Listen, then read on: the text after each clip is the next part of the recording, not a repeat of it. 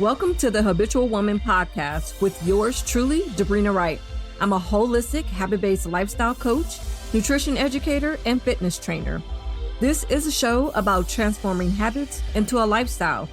We will introduce and reintroduce habits, as well as have a conversation with women about the habits and the rituals they use to live the life that they deserve. Now let's get into today's show.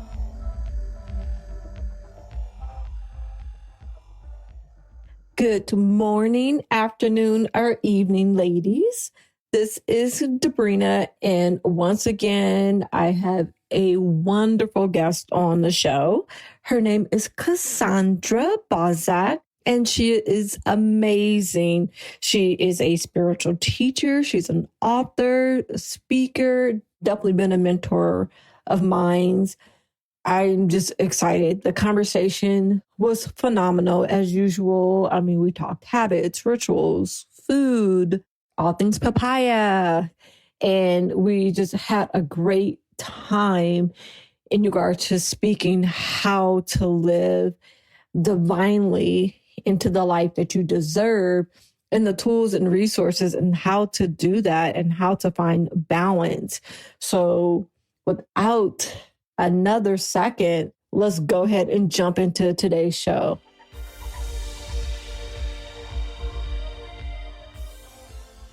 Welcome to the Habitual Woman podcast. It is Cassandra. I'm so excited. Finally, we have connected. It may be virtually, but we have connected. There's been conversations, many emails, texts, DMs, before DMs, because right. That's how long we've been in each other's webs.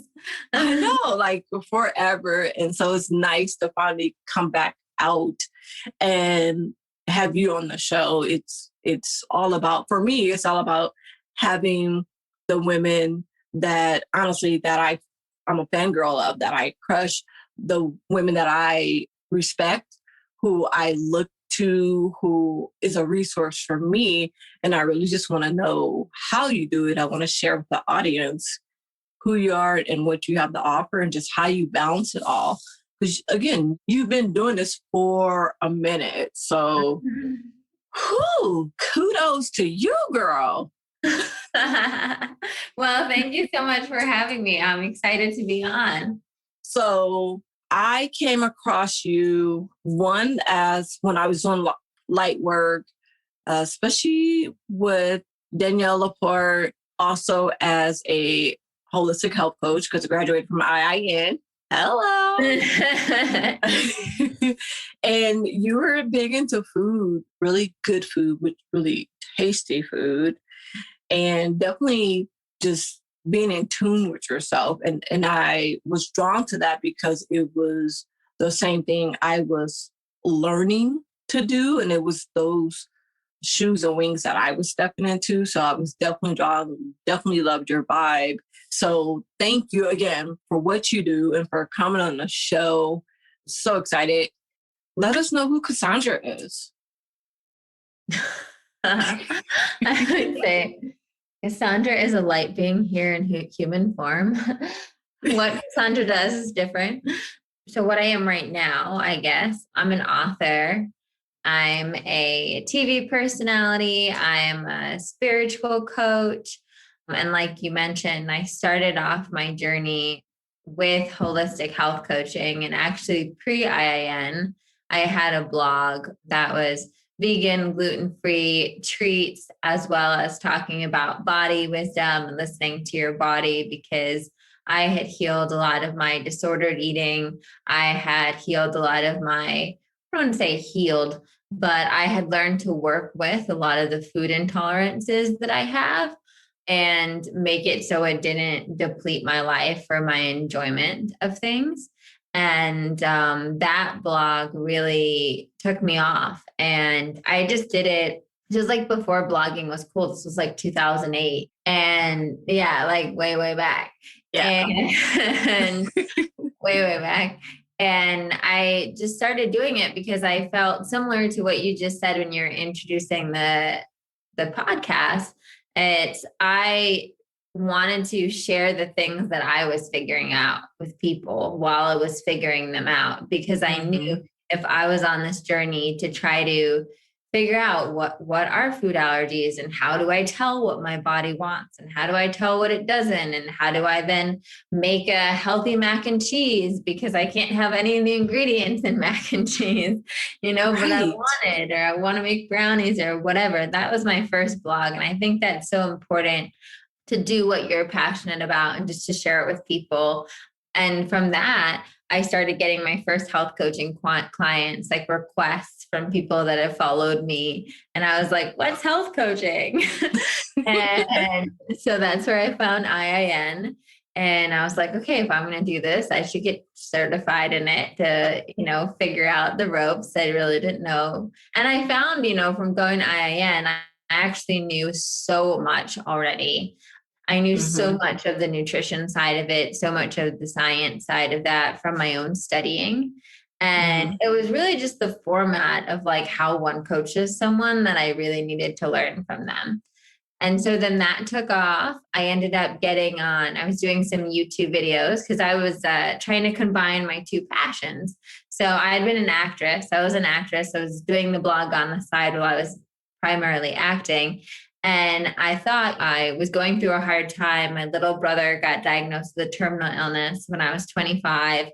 And I was like desperate to find like little things that made me happy.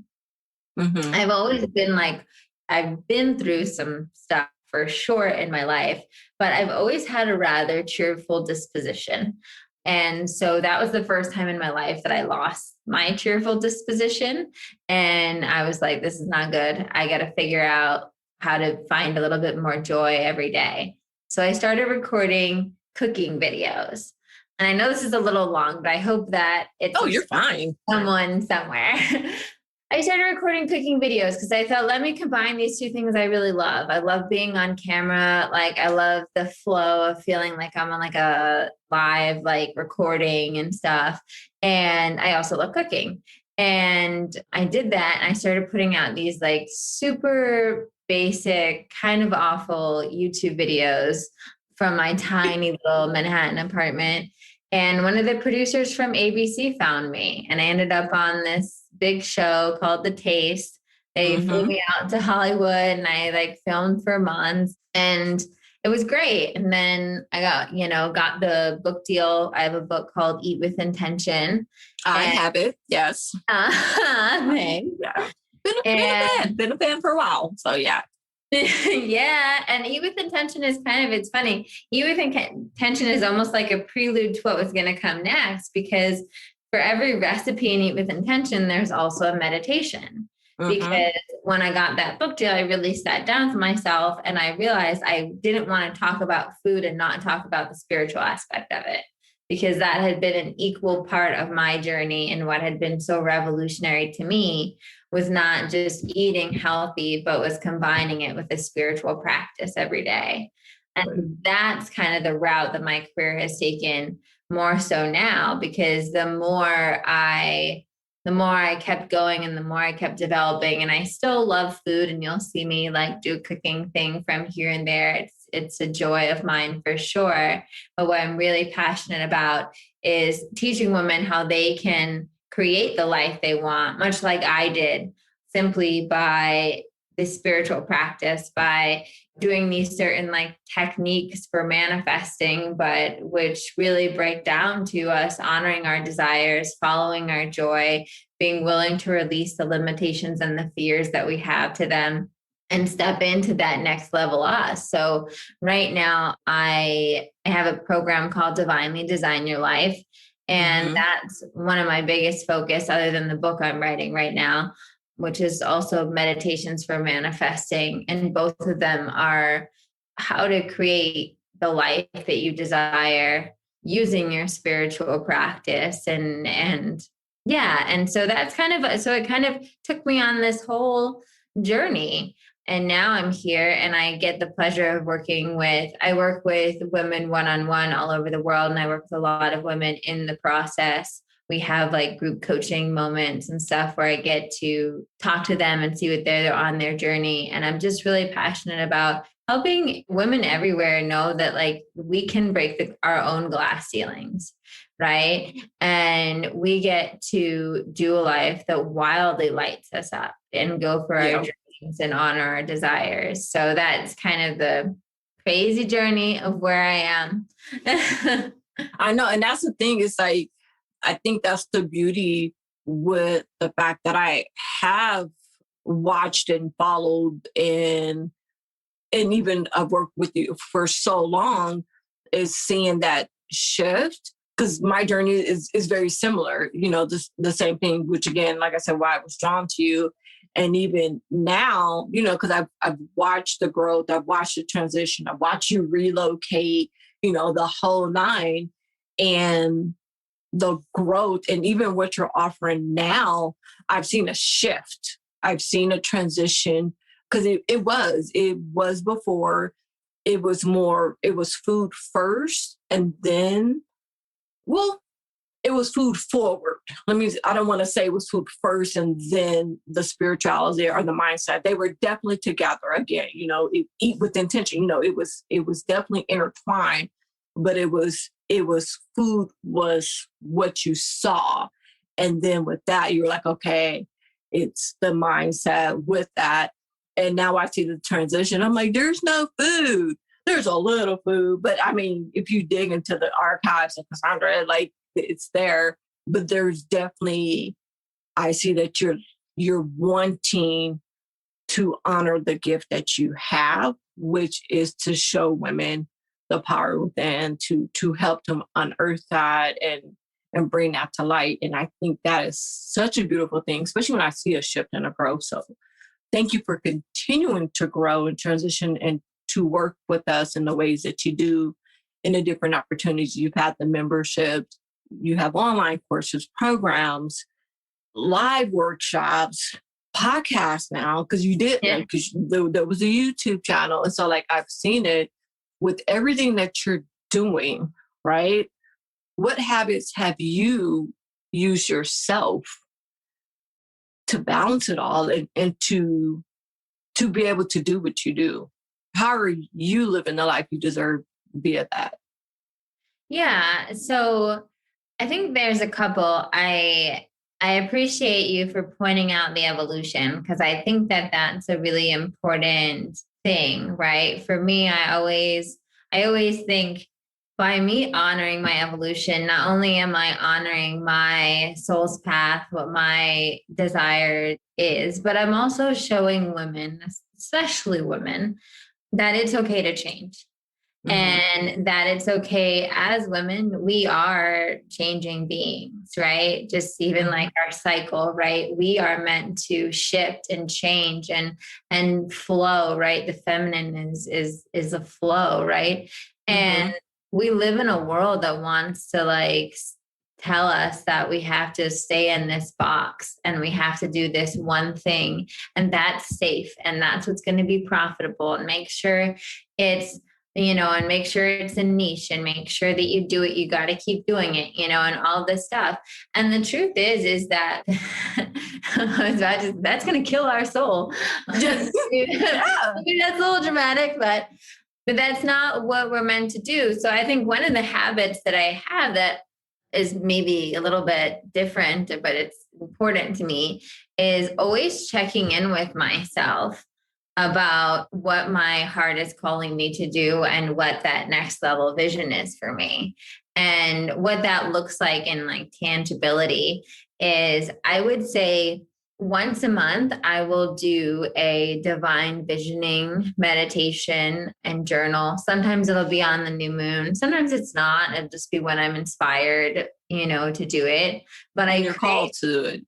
Yeah, I create that space to constantly be dreaming and tuning into what my heart is wanting, because what happens is naturally at different junctures, we're going to crave certain things, and it kind of moves in tandem. And what happened to me once was my one-on-one schedule got crazy booked, right? And I was feeling so drained, so exhausted. And like, I was feeling like I didn't have the space to be creative, right? Because my schedule was just too busy, right? I was exhausted. And so I checked in with myself and I was like, what's going on right now?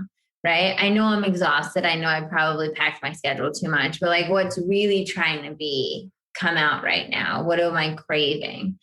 And it's so funny in those moments because it literally right before that, like right while that was happening, and I was like, okay. And then that process for me, like I said, it looks like meditating and it looks like journaling and just writing down, like, it would be cool if I could do this. Wow, it'd be amazing if I could do this. Sometimes they're not even practical for my situation in that moment, but it's just like allowing myself to have that. So I think, and from that, I was able to make some shifts, right? I realized that what I really needed, I needed a couple days a week that were free for filming, free for creative projects, free for writing and stuff like that. And it was hilarious because as soon as I did it, I got a book deal because it was like, oh, okay, this was waiting to come in, but I actually hadn't created any space in my life for it to come in. I had been hoping I would create the space after it came in. But actually what I needed to do was create the space for it to come in, right? There it is. Yep. And so I think listening to that and checking in with ourselves once a month or whatever, whenever one feels called, is really important to just make sure you're still on track with what's lighting you up. Another huge thing is obviously my daily meditation practice. That's like everything. It's my sanity. It's my centeredness. It's what really anchors me in and reminds me of who I am. And I meditate in the morning. I do like a shorter meditation in the morning for like 20 minutes. And then in the afternoon at some point, if I have, whether it's like on my quote unquote lunch break or after dinner, I'll do like an hour-long meditation. And to me, that is really what helps me look at my schedule, which is often back to back to back to back Zooms. And it's like, okay, stop the Zoom, record this, film this, do this podcast, right? These days, like my schedule is way different than it was back in the day. Right? It's so different. It's so different. That girl has no idea what's coming for her. But so I need that. It gives me the bandwidth. My meditation practice, it gives me the bandwidth to look at that schedule, not get overwhelmed, and say, okay, we're just going to do it a little bit at a time. And it keeps my stress levels, my anxiety levels low. I'm trying to think other habits I have.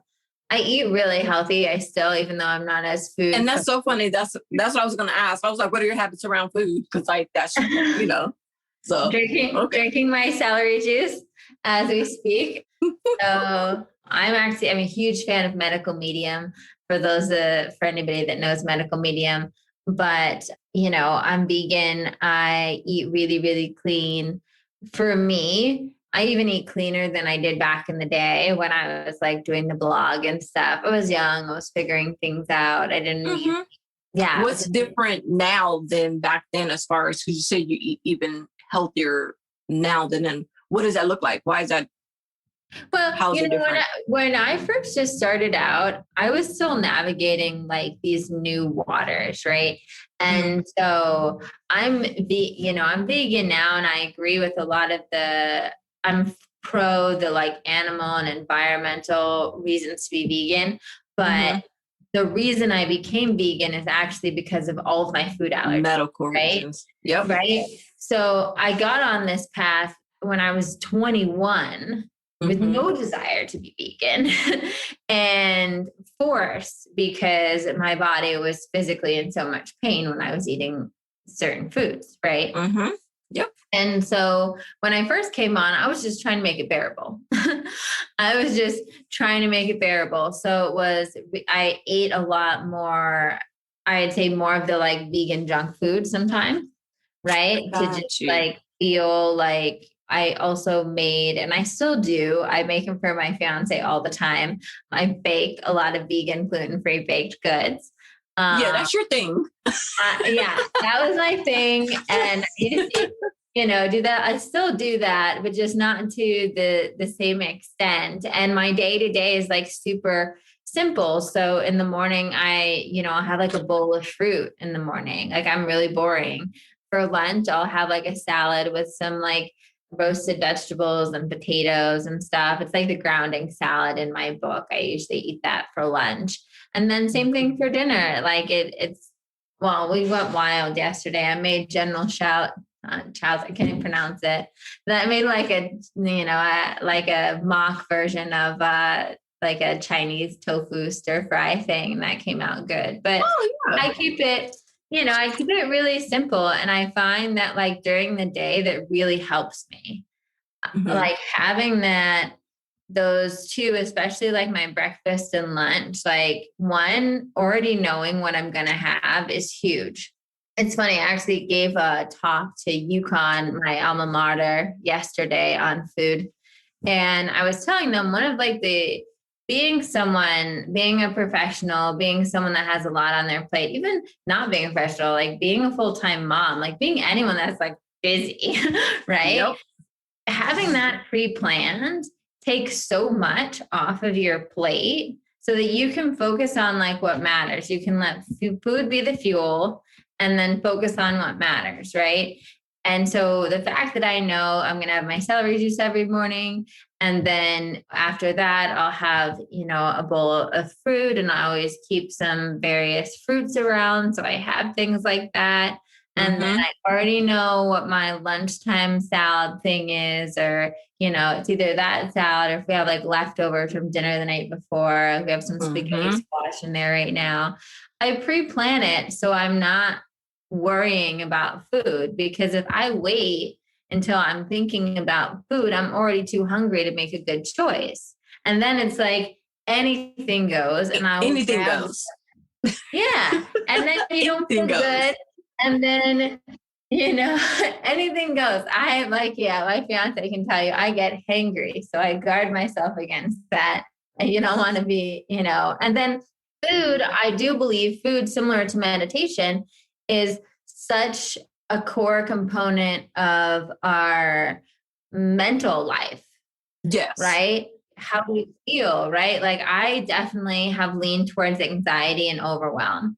And so I have found that combination of my meditation and also just eating like simple but hearty, I would say, food. Like I eat food that makes me feel full, This don't say grounded. So I'm feeling full, but I'm feeling like grounded, but I'm not feeling overly stuffed because it's fruit or vegetables, and it gives me the fuel to keep showing up for my day and keep being in that space, whether it's for my clients or a podcast interview or writing, so that I have that creativity flowing through without the kind of anxiety derailing me. Got you. So favorite food, you can have anything. Just bam, what would it be? Right now I'm craving papaya. Ooh, tis the season. It's okay. Just straight up papaya, fresh. Like just like papaya and banana. It's so weird, but I just love it. And papaya, we haven't been able to find a papaya in our like Whole Foods or the grocer by us for like a month or so now. And I'm so craving papaya. That's not my always favorite food, but right now I can. Hey, but you should be able to find it, because where are you at? What area are you in? Orange County, California. Have you gone to Whole Market in Irvine over by UCI? No, I haven't. How close or far are you from there? Not that far. We're in Newport, so just the town from Irvine. Yeah. So it's on Culver. It's on Culver and Michelson. Getting my papaya today, guys. Dude, that spot, it's like a Persian market. So the produce is on point in there.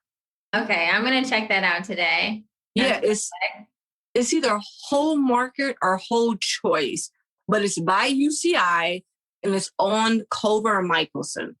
And that's probably pretty close to me. I know that it's like just a stone's throw away. Yeah, if you're in Newport, you're Yeah, because you would just come up. Yeah, I know exactly. Yeah. What's your favorite food?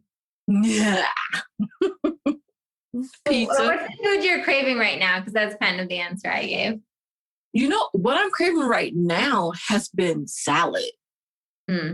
Just like a really good, I call it my Cali Greek salad because I love Greek salad, but I always want like avocado on it. Yeah. I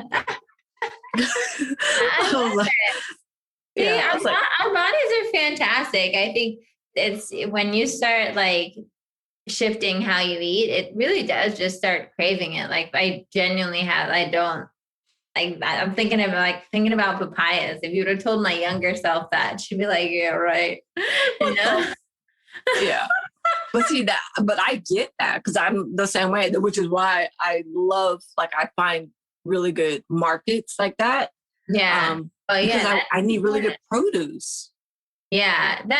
We're spoiled because we have Whole Foods like next door. But there's also like Mother's Market down here that I've checked out. Mother's has really good. Yeah. Mother's has one of my favorite fruit salads. Like when you go to their already prepared food and stuff like that. Yeah. I've never seen a fruit salad as great as Mother's, because theirs it's not just like, cantaloupe, grapes, and strawberries. I know, everybody gives the same thing. It has mango, it has pears, raspberry. Like there's like 10 different, it is so good. Okay. Yeah. Check it out.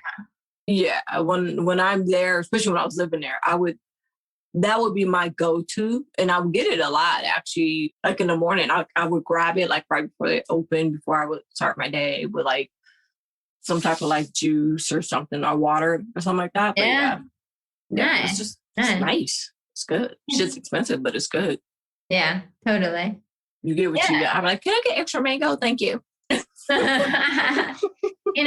matters. Food habits matter. I think food habits are something when you dial it in, and this is also, I think, part of like what happened in the like the conversion process, or the shift, I should say, rather, from like being more food forward to more spiritual forward, is that I did realize I would have these clients that I was helping them, and that would be like part of what I would do is I would get them so they had kind of like a few options that they would have for breakfast, a few options for lunch, and a few options for dinner. Both things I had like 3 different categories. It would be like things that you could pretty much grab and go, right? Things that you have 15 minutes, and then things you have to buy at the store or like buy at a cafe, right? If you're like on the ground running, so that they would always have an option.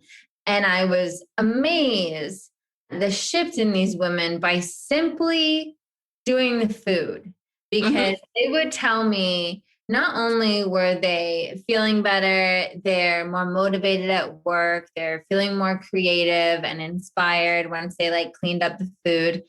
They also, the amount of self-love, self-worth, self-confidence that came, it was like, it's so funny because in like the self-help industry, it's like this enigma of like, how do I love myself? How do I, have self-confidence? How do I have self-worth? And here I was like, not even actively trying to give that to these women, right? Like that, I was just trying to help them with their food. And they were like new people, right? Because because it makes them feel better. Yeah. And also because when you act in alignment like that, right? When you're like, I want to take care of myself, when we start focusing on doing the things that show self-love, right? And doing it from that place. I mean, that's the big caveat I would say to habits, whether it's meditation, whether it's food, whether it's, someone's like productivity schedule or whatever anyone does, is asking yourself, like, where is the energy behind that habit? Is it coming from a place of, this book told me, and this is a conversation I had recently that was hilarious. This book told me that I won't be a successful entrepreneur I don't want it enough unless I'm waking up at 4 a.m. every day and like all these things. And if I can't wake up at 4 a.m. or 5 a.m. or whatever it is, then I'm lazy or whatever. So I'm going to wake up at 5 a.m., even though it like, whatever, just to do that. And it's like, we have to do it for ourselves, right? If you connect to yourself and the vision that you have of you being a rock star entrepreneur gets up at 5 a.m., then by all means, get up at 5 a.m. and it's going to do you good, right? Because that's what you associate. You wake up at 5 a.m., your brain says, yeah, we're doing this. We believe in ourselves. Like we're doing it, right? And that's great. If you're waking up at 5 a.m. because some book or some other person told you that that's like the thing you have to do, then it doesn't quite, then you feel resentful. You feel like you're drudgery. And so it's the same way with food and meditation and all of that. It's like, am I doing this because the best version of myself is taking care of this, right? The best version of myself, regardless of what, no one has to eat the way that I eat, but whatever that version is for that other person, right? Whatever their version of eating healthy, their version of eating things that fuel them and make them feel good, that's the formula, and not trying to fit into someone else's formula, but the formula of them looking at their best self and saying, wow, I noticed when like I daydream about what it's going to be like when I'm a millionaire or whatever it is that they're daydreaming about. I'm always having a green smoothie on my way to the office, right? Great. Go find an awesome smoothie place. Make that a thing now, because every time you go and get that green smoothie, even if it costs you $10, it's going to remind you. It's going to remind you that that's the person you are. You're stepping into your millionaire self or your whatever corner office self or whatever it is, That's the magic of habits, really. It can be such a powerful thing also in our self-confidence and our manifestation journey. Yeah, totally. So with that, it's, it's stepping into your visualization of yourself. Be that person, be that. And again, what success and love and honor for you is different than the next person. It might be similar. It might be almost spot on. But again, like you said, if 4 a.m. and grinding is what works for them, doesn't mean that 4 a.m. and grinding for you. You might need to do 6 a.m. an hour of meditation, or you need to prepare your meal. You know what I mean? Like a smoothie might not work for you. You might want actual food. Because that was something that I learned when I was in Boston. It was kind of the shift when I was coaching. I was kind of on this, and it was in the circle, and it was what I was doing in the community of coaches, and what I was in was the whole smoothie a day. Like you had to have a smoothie a day. Yeah. It was a smoothie a day, and then it was your workout, and then it was like this.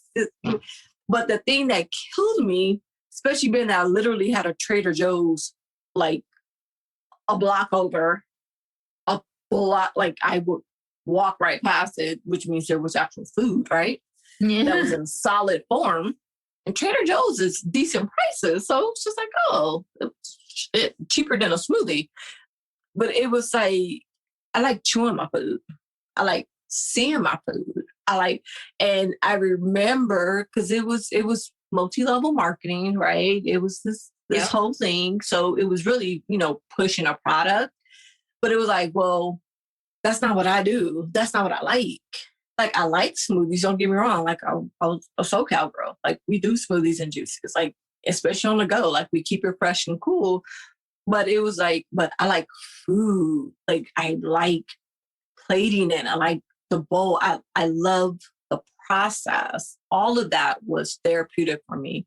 And genuinely knowing what I was putting in my body, aside from the ingredients on a bag or, a jar. Granted, I still do smoothies, but it's not a daily thing. For some people it is. And that's fine, because that might be how you need to get your meal to go.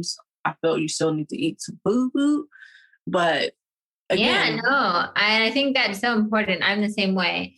I can do a smoothie sometimes when it's hot outside after a workout, but I'm not a smoothie for breakfast kind of girl. And I've tried because I think the benefits of smoothies when you make them at home are that you can get a lot more nutrients in a smaller container to get them in. So they have that benefit, but also for me, it's like, I don't want coldness. Yeah. Like in the morning, I want warmth. I don't want coldness. So that's how I decided. That was how I came up with the fruit bowl idea, which is not that like a revelatory idea, but I was like, you know what? I like having fruit in the morning. I just don't like having it frozen, and I don't like in liquid form. Like I want to see liquid form. I want to eat things and see it, and that is a huge part of it too. We get it to, famous chefs will tell you eat with your eyes before. Yes. And that's true. I really believe we get the transmission from food, right? When we look at it, when you look at a beautiful fruit bowl, when you look at a beautiful salad, right? That is part of it. And that's part of the eating experience. And especially when you're eating healthy. I remember when I first started out, I realized that was, again, this was back eons ago, but people really hadn't figured out how to make healthy food look appetizing. Like, thank goodness we have that now, right? We're like smoothie granola bowls or whatever, and these ornate designs and like all these, we have all that now, and that's important, right? Yeah. It's important because before, and you would get this like mush pile of things, and you'd be like, great, I'm eating healthy and it looks awful, like I'm eating like sludge, right? And no one wants to do that. So it all factors in, just taking that extra time. I think it's not as popular right now, I guess, but remember, like, was it 5 years ago, 10 years ago now, where like everybody was doing smoothie bowls on Instagram, and it was just the whole thing. It was the smoothie bowls and the Buddha bowls. Yeah. Oh yeah.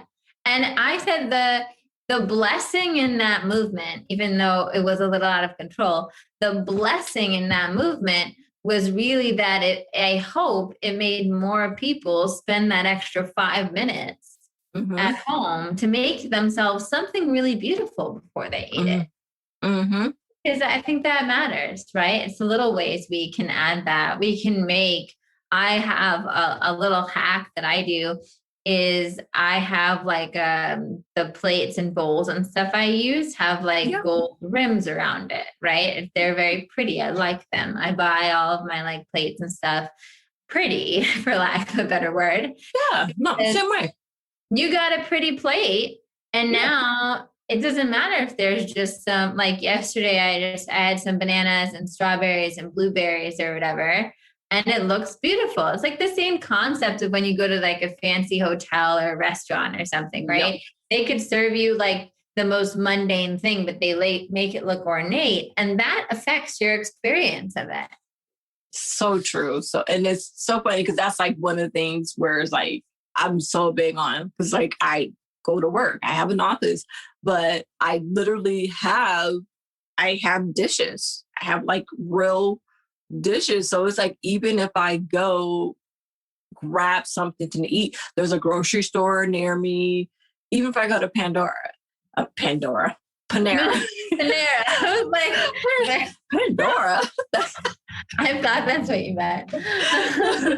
If I go get a salad, I'll transfer it to my plate and then I eat it. I have mugs. that have affirmations on them. Even like one of my coworkers for Secret Santa, like she knows I love tea. So she got me like all these different type of ginger teas and green teas and stuff like that. But she bought me like the most beautiful elephant mug. And they laugh at me, but even though they're like, watch your back, because they're trying to steal it, but it's huge, so I sit there like with two hands, like sipping out of it. But I love it. I make my ginger tea in it. I enjoy it. I don't want it in a styrofoam cup. from the break room or, a coffee cup. It's every sip is more than just, what I'm actually taking into my body. It's the moment of knowing that I took the time to have a clean mug that I'm reusing and not throwing and tossing like that. So it's the process. And I do that with a lot of things. I want to definitely be intentional or meaningful with stuff that I utilize in my space and just with my daily rituals. Speaking of which, something I do need to let you know, every time I'm thinking of something or doing something dealing with like the moons or astrology or anything like that, you are the first person that comes up. Like I always, even if it's a quick flash, I always think of you. It's so crazy, so funny. So like, I don't even know what it is, but that's like, you're a trigger. So like so for my birthday was just this past Saturday. Happy birthday. Thank you. I always buy me something because I'm an Aries, so yeah, you've been Aries, yeah. We always connect to our house. Like we just love what we do.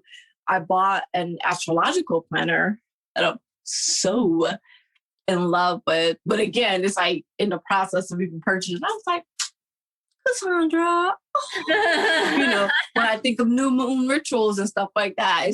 So with that being said, and, I do bath rituals and just stuff like that and have crystals and stuff like that.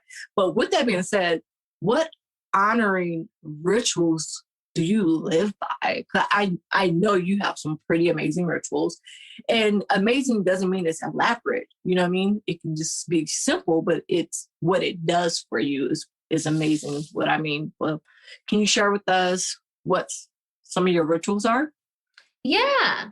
So I think one of my rituals is definitely around candles. I use candles for a lot of things. Candles are so significant to me. I feel like I did not know that. Yeah, it's a random. Actually, I have one. I didn't because we're filming this so early. I have candles everywhere too, though. So I didn't light it yet. So whenever I go to a new place, so when I'm in, like if I'm traveling and I'm in a hotel, I'll bring a candle. I do the same thing. Whenever I have a new project or a new thing that's going on, like I bring a candle. Like in my meditation nook, I have I always have 2 candles at any time.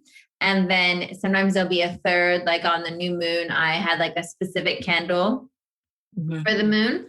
And so I use candles a lot because I think they're really great to set intentions with. You can infuse a lot of energy into them. And then I really believe in what I guess I would call it candle magic, where you kind of infuse the intention of saying, okay, this candle is here to help me with my intention to, this one's for writing my book right now, this specific one, but it could be anything, right? It could be, my trying to make my new healthy choices or making my new healthy choices, helping me keep a consistent meditation practice. This candle is going to remind me that I'm allowed to evolve or shift my desires, right? You can, whatever medicine you need, right? We can infuse it in a candle and then light it. And then every time you light it, I always have a candle on my desk, right? Every time you light it, you're reminded of that intention. So that's a ritual I love when I set bigger intentions, like manifestation intentions on the new moons. I will let the candle just burn. It'll burn for like 4 days but I always put it in glass jars. So disclaimer, don't like burn your house down. But if you put it in a glass jar, I just let it do its thing. And then as the wax is like waning and it's burning through, I really see the candle as working with me and with the universe to do some magic and just shift that out. I've always been very attracted to that. I also just like little rituals that I do all the time is just like cleaning the space. So sometimes I use sage and Palo Santo and like different like cleaning herbs and stuff. Recently, I've been loving this. I got this. One of my amazing followers has this really beautiful company called Soul Space Energy. And she makes these little energy clearing sprays which I really love because I bring it with me everywhere. And I also don't have to like be smoking up the place with my burning my herbs. Yeah, exactly. Sometimes it's great. Sometimes, that's not the best thing. Yeah, so I'll definitely have to get that information from you for that and drop that in the show notes and share that.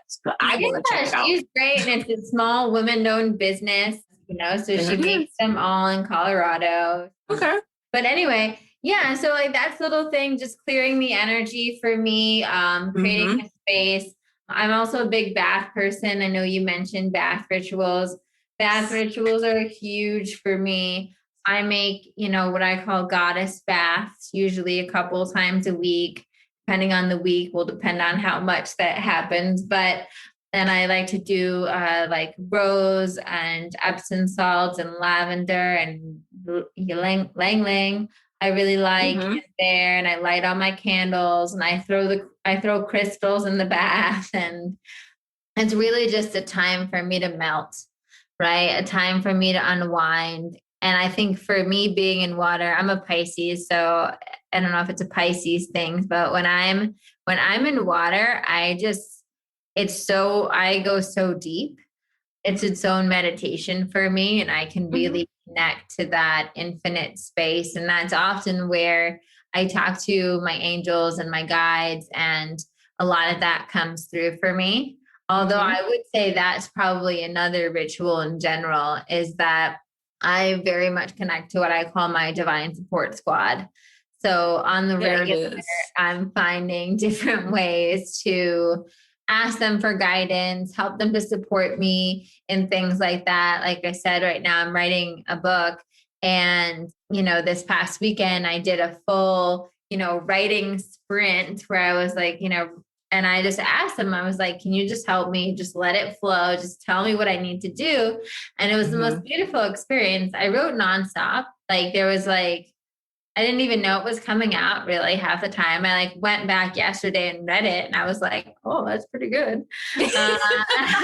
And I really believe that was them helping me and just downloading it through. And that's a huge part. It's, like you said, it's one of those rituals that's very simple. It's almost second nature now. I joke, some people call their mom, I call my angels.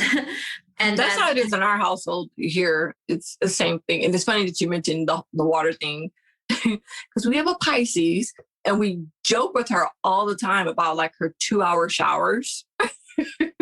But it's a connection. A lot is coming out when she's there. It's creative, and so yeah, totally it's huge. It's like the water. Yeah, I love water. It just connects you to it. I mean, it's like a mini way of us being able to tap into the energy of the ocean, right? When we're in, when we look into the ocean, we're so connected. Oh, yeah. That's one of my favorite things to do too, is go down to the beach whenever I can. And I can just stare. I often say that I talk to God at the beach, because I feel like I can just stare into the ocean and stare into the infinite abyss of it, I think that's really important. The last thing I'll share, just because I think it could be something interesting for people to try, is me and my girlfriends will often now they're on Zoom, but they used to be in person. We'll do little prayer circles for each other, which started at, one of my girlfriend's bachelorette parties. We were, it was we were all doing yoga and cacao and all this stuff. And I was like, why don't we all just sit and pray for each other? Right. And we sit in a circle, let one person get in the middle, and you just get to speak your heart and what you'd like a prayer for, and what, and then we each say a prayer vocally for her, over her, and then speak anything that we see into existence. And I think that's a really beautiful practice. And it's something that is so soul nourishing, even if you have one friend to do that with. Totally. Yeah. I do miss those type of activities and community and connection. which we're getting back to, which I'm really excited. I already have stuff in the works and in the plans for that type of in-person connection, obviously with social distancing in mind, yada yada. I mean, Zoom is working, granted, but it's still something different. The energy, the auras, and again, when I feel like when you're in that space, and I love how you put it. Your I already forgot your support squad. What did you say right before it? Oh, Divine Support Squad. Divine Support Squad. Yeah, you know what I mean. So it's like with doing that, each person is bringing their squad. You know, Yeah. so again, that in person, that the strength and the energy and the protection that's there with those in persons. And it's one of the things, like you say, stuff happens and you don't even realize it's happening. You know, the flow out the fingertips, the tears down the face, and not even knowing that you're crying, but it's just a release. Just the different shifts that happen with that. So definitely, yeah, those are great things. Rituals, habits and rituals. That's See, you're just gonna bring it as usual, as usual. Matt. So I'm gonna ask. I don't know if you're able to tell, because sometimes there's rules. What's the book about? Oh, sure. Yeah, no, I'm pretty sure I can tell. Because I'm excited. I'm like, oh, new book. Okay. So it's Meditations for Manifestation. Mm-hmm. And it's pretty much talking about how meditation and manifesting go hand in hand. And then there's 100 different meditations for manifestation. And the way I set it up is the first 40 of them are pretty much taking you on the manifestation journey. Okay. So we're, remembering our power, remembering who we are, turning our magnet on, that. And then we're getting clear on what we were talking about today, getting clear on what our desire is, going into our soul, going into our heart. What is my soul's journey here? What is my path? What do I really want without all this societal programming? What do I really want when I blow the glass ceiling off? What do I really want if I let myself just go for it? And then releasing all the limitations and fears and all the things that come up that block us from actually going for it or believing that we can have it, and then embodying it and learning, and stepping into that 2.0 version of ourselves and doing the timeline hop and the quantum leap. And then there's a whole section of meditations for just depending on what specifically you're working on. So if you're working on your health, there's a whole section of meditations for that. If you're working on your money, there's a whole set, that kind of thing. So I'm really excited. My hope and my prayer is that women will be able to keep this in their pocketbook, have it be, or buy their meditation thing. And it will make it really easy for them to, what I think is really get into an authentic manifestation practice with their meditation. Because I think right now manifestation is such a hot topic, right?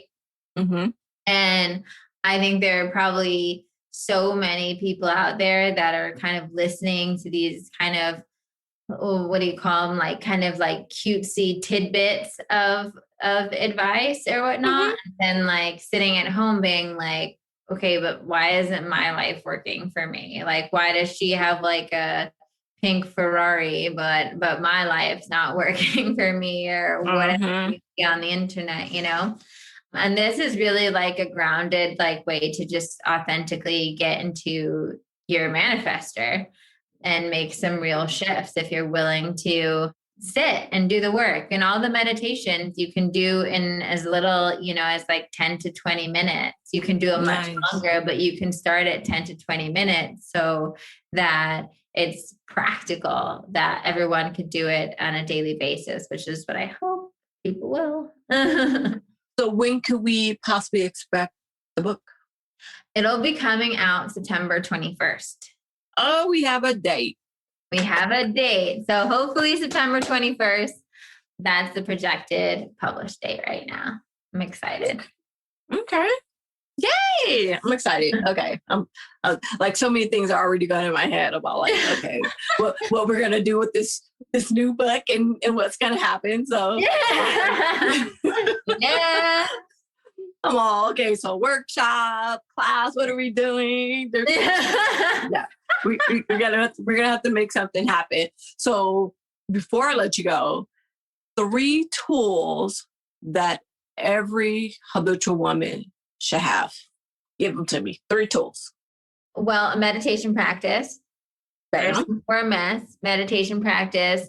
And it could be any meditation practice. Just find a meditation practice that works with you, that resonates with you. I don't care if it's 5 minutes. I don't care if it's 5 hours. Just like do you, but do it consistently. There it is. Consistent. Do it consistently. That's huge. The next tool, help me out. What's her goal?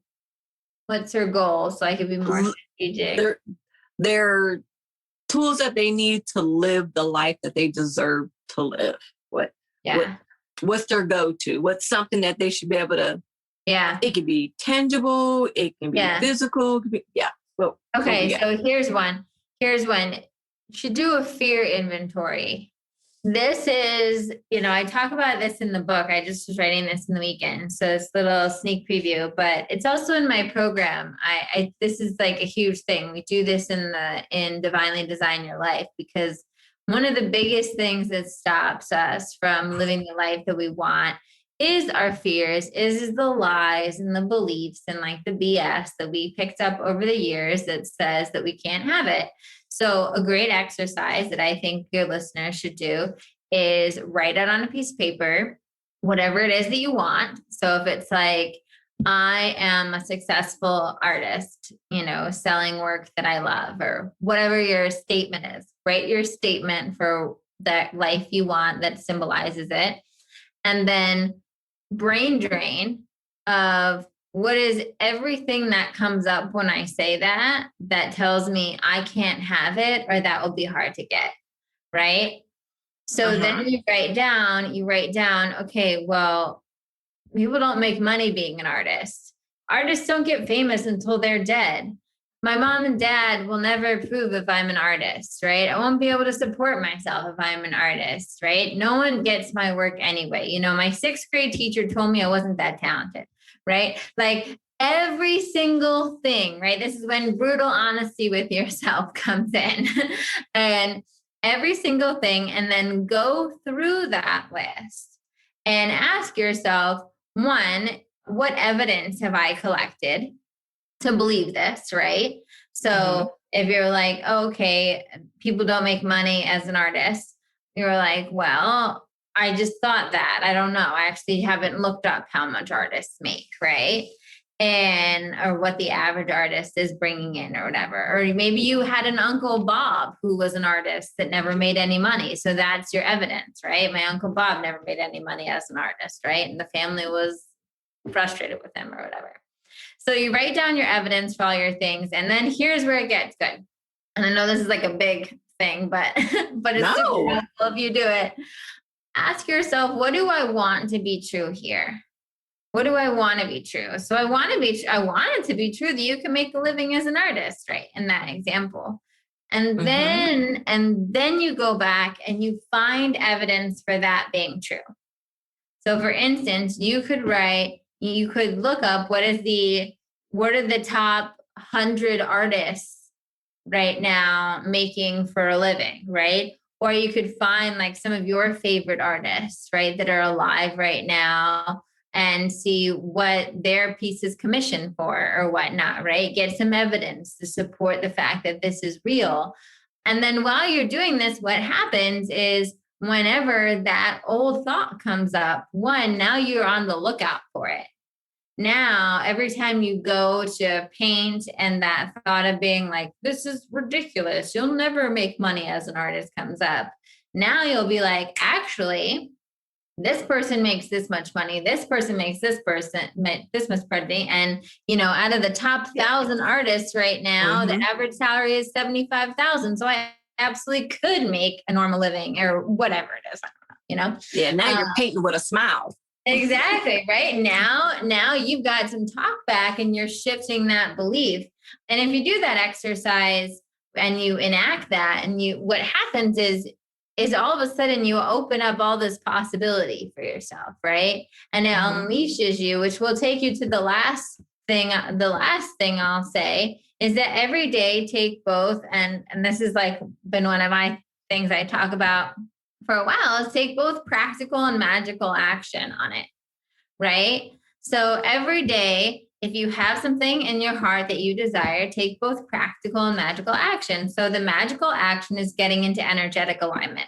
You can kill two birds with one stone. I hate that saying, but you know what I mean, with doing your meditation practice, right? Because your meditation practice is often the magical action you need. You get into alignment, you remember you're your best self, you remember you can do anything, you're infinite, you're a creator, right?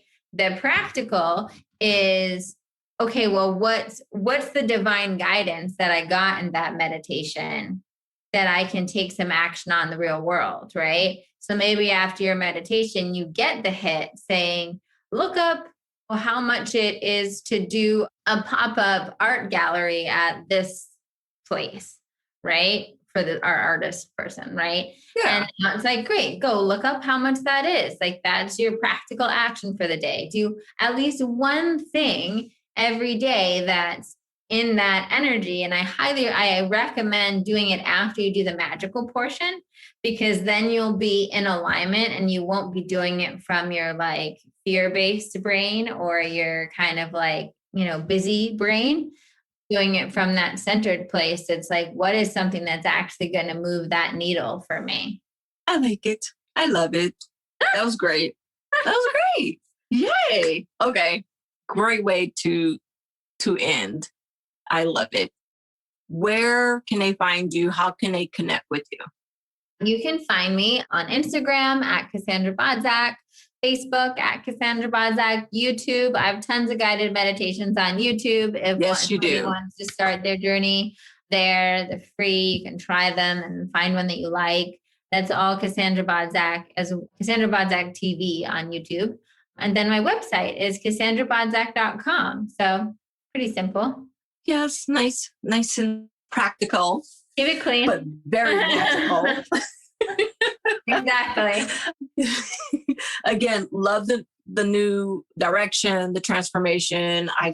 I can't wait to even see what happens in the next year and years to come, especially when the book release, which is going to be awesome. Thank you for coming on the show. I look forward to more with you, and we'll definitely talk offline and see how we can make magic happen. Thank you for coming on. Yes, thanks so much for having me.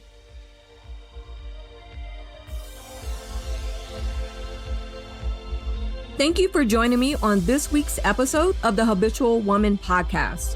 Please take a moment, if you enjoyed the show, to share with your family and friends, and please leave a review.